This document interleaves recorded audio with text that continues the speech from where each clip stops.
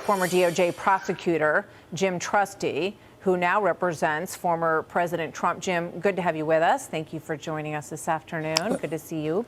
Thank you. So let me start with your reaction to this, because the judge over the weekend said that she would consider having a special master come in, and then the DOJ jumped in quickly and said, well, we've already been through all the documents, and we've already allocated which ones fall under the attorney-client privilege. So sort of no need for the special master. We've already done that, that categorizing. What do you say to that? Right. Well, they're incredibly efficient sometimes. It's odd. And look, they obviously moved very fast on this. They had an opportunity to use the unilaterally imposed filter team. We didn't have a voice on how they set up a filter team.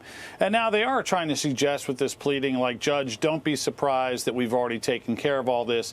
Nothing to see here. Well, we're not in a position where we can really have a lot of faith in that. We still need judicial intervention. We need a judge to monitor our access to these documents. We haven't had a single phone call from the filter team telling us anything. This is the first knowledge we had about their findings on attorney-client privilege. They've decided to ignore the concept of executive privilege, which is an interesting wrinkle. They're ignoring the Presidential Records Act, which we think is the incredibly important overlay for all of this. So we have a lot of problems really accepting everything at face value that's coming out of DOJ these days. It's a very politicized place, I'm sad to say, and there's still a need for a judge to get involved on every aspect of this, checking their assertions of privilege, but also giving us fair, timely access, letting us build a case for why this search warrant was not only essentially morally wrong, but legally wrong. So, there are a couple of interesting pieces, one in the Wall Street Journal over the weekend that talks about the high bar and the huge challenge, another one in the New York Times, that Merrick Garland has right now. He basically has two different cases, this raid at Mar-a-Lago and also the January 6th issue, under which he could potentially prosecute a former president of the United States. So one of the things that's broken down in here is the parallel that was created by Jim Comey when he did a similar investigation of information and confidential documents that Hillary Clinton kept on a private server.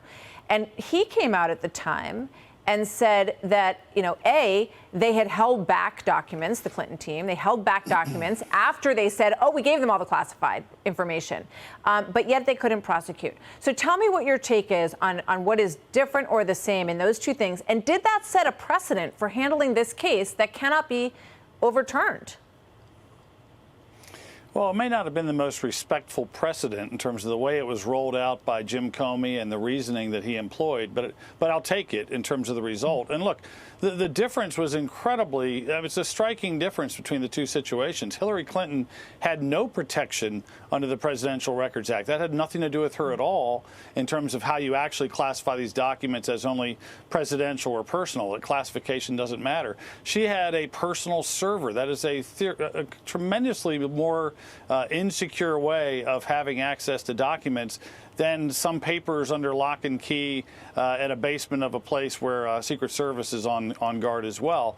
And you had a situation where, somehow Jim Comey couldn't find it in his heart to talk about obstruction, even though you had not only documents being destroyed, but devices being destroyed that were under subpoena in Hillary Clinton's case. So we think the chronology of cooperation by President Trump and his lawyers at the time is devastating to this idea of some sort of willful violation of law.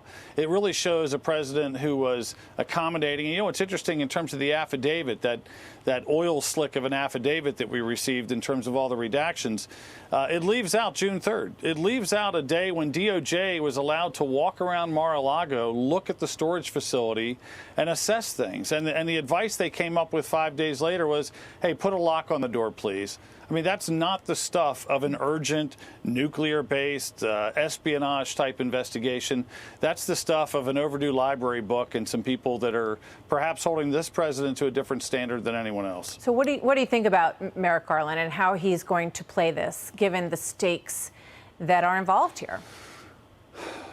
Yeah, let me step back and just say outside of this case, I've seen an awful lot of behavior by this attorney general that's concerning to me. He has no belief in federalism. He's doubling up on civil rights cases left and right for the chasing of the headline. He's targeting parents who have the temerity to challenge CRT in Virginia.